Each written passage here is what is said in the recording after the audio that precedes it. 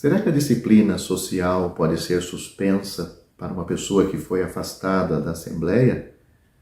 Ela foi tirada da comunhão daquela igreja local. Será que a disciplina social pode ser suspensa para uma pessoa assim? A disciplina social destina-se a evitar que outros crentes façam o que o ofensor fez. Quando a pessoa excomungada muda seu comportamento, o contato social com os outros crentes da Assembleia não representa mais nenhuma ameaça ao seu comportamento. Por exemplo, quando um casal se casa por motivos de fornicação, eles não colocam mais em perigo o comportamento dos outros. Ocasionalmente, o excomungado opta por afastar-se do contato com os crentes, talvez voltando ao mundo.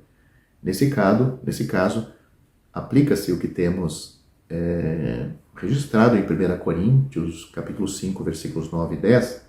Ele não está mais na classe daqueles de quem os crentes devem se afastar, pois ele está declarando abertamente que é do mundo. Em Mateus capítulo 18, versículo 18, o Senhor Jesus ensina que o Senhor está no meio, versículo 20, da Assembleia e deve realizar a vontade de Deus na terra. Através da palavra de Deus, a decisão de Deus no céu e a Assembleia na terra são a mesma coisa. A Assembleia impõe disciplina. Tudo o que ligardes, diz o Senhor, e isenta ou suspende a disciplina. O Senhor também diz, tudo o que desligardes em harmonia com o céu. A disciplina social que temos registrado em 2 Tessalonicenses capítulo 3 era temporária até que o comportamento mudasse. Portanto, o Senhor deseja que a disciplina social em 2 Tessalonicenses capítulo 3 e em 1 Coríntios capítulo 5 seja suspensa no momento apropriado. A Assembleia aplica a palavra de Deus, obrigando a disciplina. A Assembleia deve agora aplicar a palavra de Deus em levantar ou afrouxar a disciplina, cumprindo assim a mente do Senhor na terra. Assim como a disciplina não é um ato dos anciãos, mas da Assembleia, e foi manejada na presença de toda a Assembleia, assim a suspensão da disciplina deve ser feita da mesma maneira. Mas como a Assembleia saberá quando a disciplina social deve ser suspensa? Isso envolve um julgamento subjetivo por parte dos anciãos ao guiar a Assembleia. Como pastores, eles conhecem o estado espiritual da pessoa disciplinada e têm um interesse contínuo em trazer esta pessoa de volta ao Senhor e, eventualmente, de volta à comunhão da Assembleia. Mesmo que não haja recuperação espiritual, os pastores que veem o andar de todos saberão que chegará a hora em que aquele ofensor despertado não mais põe em perigo outros crentes com esse comportamento. A disciplina social não pretende envergonhar uma pessoa por todos os anos de sua vida, mas fazer com que ela se envergonhe por seu pecado, teve resultados tão sérios e colocou outros em perigo. Quando o seu comportamento não colocar mais em perigo os outros, é hora de acabar com a vergonha e levantar essa disciplina social.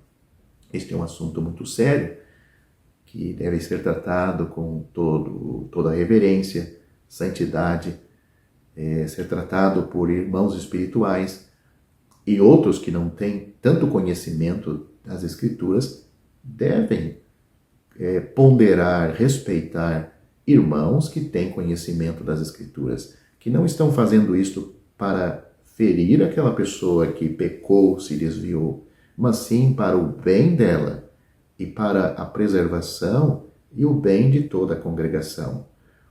E aquela pessoa que está sendo disciplinada, se realmente é um crente no Senhor Jesus, o Espírito Santo está nela.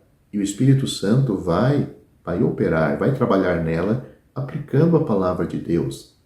Vai procurar produzir nela humildade, arrependimento dos seus pecados. Pois é isto que o Espírito Santo faz, tanto nos pecadores como também nos crentes, que são salvos, mas têm uma natureza pecaminosa. O Espírito Santo, a Bíblia diz que ela combate contra a carne. E a carne, ela não quer se sujeitar ao Espírito Santo. Ela enfrenta o Espírito Santo. Mas o Espírito Santo é Deus que habita no crente. E ele é todo-poderoso, ele tem condições de apresentar a verdade a nós, ao nosso íntimo, ao nosso espírito, que agora já tem vida e tem luz, não está mais nas trevas. E o trabalho dos anciãos é aplicar a verdade que está nas Escrituras, que foram inspiradas pelo Espírito Santo, e o Espírito Santo vai trabalhar naquele irmão ou irmã que se desviou, que pecou, está afastada da Assembleia, e há uma aplicação social de afastamento daquele irmão para que ela demonstre o arrependimento. Às vezes, que é o que se espera, que aquele irmão ou irmã se arrependa, mas às vezes não suportam a disciplina e, infelizmente, às vezes vão para o mundo deixando muita dúvida sobre aquilo que confessaram um dia se é realidade. Um grande rei da antiguidade, muito rico, ele disse uma certa vez: a verdadeira felicidade, aonde se encontra? Quem tem a verdadeira felicidade? Ele disse: bem-aventurado aquele cuja transgressão é perdoada, cujo pecado é coberto. Salmo, capítulo 32, versículo 1. Essas são as palavras do rei Davi. Uma das verdades centrais do cristianismo é o perdão dos pecados. Sem ela, permaneceríamos em um mundo de desespero, sem esperança, apenas para perecer para sempre. A maior bênção da vida é saber que você está certo com Deus, que seus pecados estão perdoados. Esta bênção pode ser sua. Você acredita nisto? Em um voo, o voo dos 243 da Airline sofreu uma descompressão explosiva a 19 mil pés sobre as ilhas havaianas, e mais da metade do teto da aeronave desapareceu. Depois que o Boeing retornou com segurança ao solo no aeroporto internacional de Maui, um repórter perguntou a um passageiro qual foi o primeiro pensamento que passou pela cabeça dele, que passou pela sua cabeça. Ele respondeu: eu me perguntava se Deus me perdoaria de todos os meus pecados. Perguntas sobre o perdão de Deus são respondidas por Davi, inspirado pelo Espírito Santo, quando ele escreveu o Salmo, capítulo 32, versículo 1. Uma transgressão é a quebra internacional de um comando conhecido, melhor dizendo, intencional. Tudo o que fica aquém do padrão perfeito de Deus é o pecado. Isso inclui toda vez que eu voluntariamente quebrei a lei de Deus, toda ação cometida sem amor a Deus, ações omitidas que eu deveria ter feito e os pecados da mente e do coração. Davi escreveu no Salmo 51, impressionado por seu registro pessoal dos seus pecados diante de Deus: esconde o teu rosto dos meus pecados e apaga todas as minhas iniquidades. Não há nada mais ofensivo a Deus do que o vasto registro de nossos pecados pessoais contra Ele. Quando Deus perdoa, Ele perdoa cada pecado. Em nosso mundo, muitos reconhecem que há algo errado. A história prova isto. Deus diz: todos pecaram e carecem da glória de Deus. Romanos capítulo 3, versículo 23. Tenha certeza, você que me ouve, você pecou contra o Deus do céu. No Salmo 51, Davi escreveu: meu pecado está sempre diante de mim, contra ti somente pequei. O pecado é contra Deus. O pecado nos separa de Deus. O pecado nos desqualifica de entrar no céu.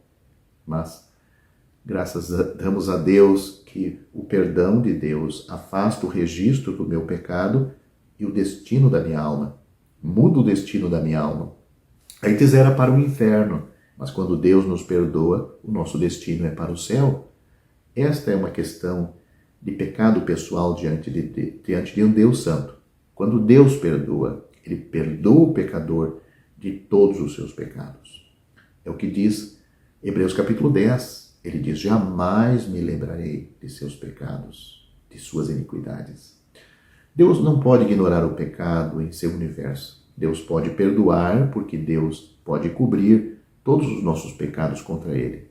É o prazer de Deus oferecer perdão a você. Davi conhecia bem o dia da expiação na história de Israel. Era o dia de cada ano em que o sumo sacerdote de Israel tirava sangue de um animal que havia sido sacrificado no pátio do tabernáculo e o levava para o lugar santíssimo. Foi aqui que o sumo sacerdote espargiu o sangue sobre o propiciatório da Arca da Aliança. O propiciatório era a tampa ou a cobertura da arca. O sangue era espargido ali sobre a presença do santo Deus que habitava entre as asas dos querubins que sobrevoavam o propiciatório.